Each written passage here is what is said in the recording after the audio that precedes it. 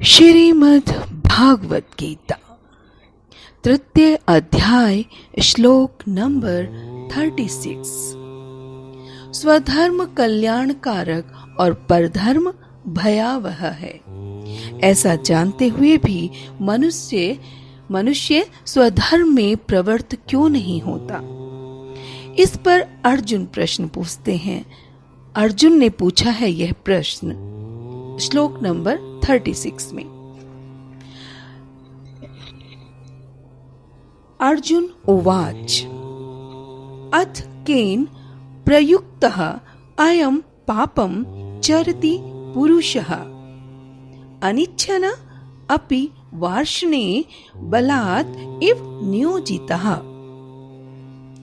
अर्जुन ने पूछा श्री मधुसूदन जी से, प्रभु श्री कृष्ण से, अथ तब केन किसके द्वारा प्रयुक्त प्रेरित अयम यह पापम पाप चरति करता है पुरुष व्यक्ति अनिच्छन न चाहते हुए अपि यद्यपि वार्ष्णे हे वृष्णिवंशी बलात् बलपूर्वक इव मानो नियोजित लगाया गया।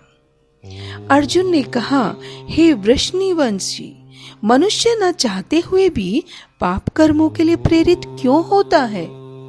ऐसा लगता है कि उसे बलपूर्वक कोई उनको करा रहा है, उनसे काम उनमें लगाया जा रहा हो। तात्पर्य क्या है? प्रत्येक धर्म में कुधर्म, अधर्म और परधर्म तीन धर्म होते हैं। कौन कौन से? कुधर्म, अधर्म, परधर्म, ये तीनों होते हैं। दूसरे के अनिष्ट का भाव, कूटनीति आदि धर्म में कुधर्म कहलाता है। अब परिभाषा आप देखें, यज्ञ में पशु बलि देना आदि धर्म में भी अधर्म है, जबकि एक तरफ धर्म का पालन हो रहा है लेकिन वो फिर भी अधर्म है। जो अपने लिए निषिद्ध है ऐसा दूसरे वर्ण आश्रम आदि का धर्म धर्म में परधर्म है। कुधर्म, अधर्म और परधर्म, इन तीनों से कल्याण कभी नहीं होता। कल्याण उस धर्म से होता है जिसमें अपने स्वार्थ तथा अभिमान का त्याग एवं दूसरे का वर्तमान में और भविष्य में हित होता है। तात्पर्य है कि जीवात्मा परमेश्वर का अंश होने के कारण मूलतः आध्यात्मिक, शुद्ध एवं समस्त भौतिक कल्मशों से मुक्त रहता है। फलतः स्वभाव से वह भौतिक जगत के पापों में प्रवृत्त नहीं होता, किंतु जब वह माया के संसर्ग में आता है तो वह बिना झिझक के और कभी कभी इच्छा के विरुद्ध भी अनेक प्रकार से पाप कर्म करता है। अतः कृष्ण से अर्जुन का प्रश्न अत्यंत प्रत्याशापूर्ण है कि जीवों की प्रकृति विकृत क्यों हो जाती है। यद्यपि कभी कभी जीव कोई पाप नहीं करना चाहता, किंतु उसे ऐसा करने के लिए बाध्य होना पड़ता है। किंतु ये पाप कर्म अंतर्यामी परमात्मा द्वारा प्रेरित नहीं होते, अपितु अन्य कारण से होते हैं, जैसा कि भगवान अगले श्लोक में इसका उत्तर बताते हैं।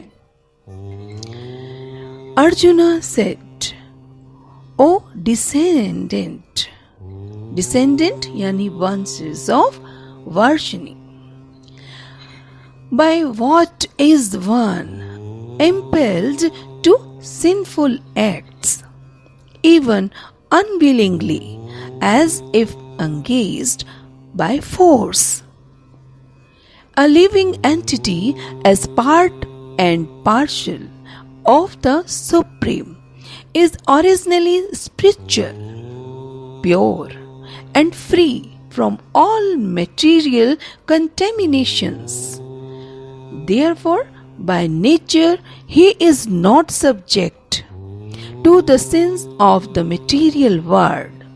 But when he is in contact with the material nature, he acts in many sinful ways without hesitation, and sometimes even against his will. As such, Arjuna's question to Krishna is very sanguine यानी आशावादी दृष्टिकोण से, sanguine. As to the perverted यानी विकृत nature of the living entities, although the living entity sometimes does not want to act in sin, he is still forced to act. Sinful actions are not, however, impelled by the super soul within, but are due to another cause, as the Lord explains in the next verse.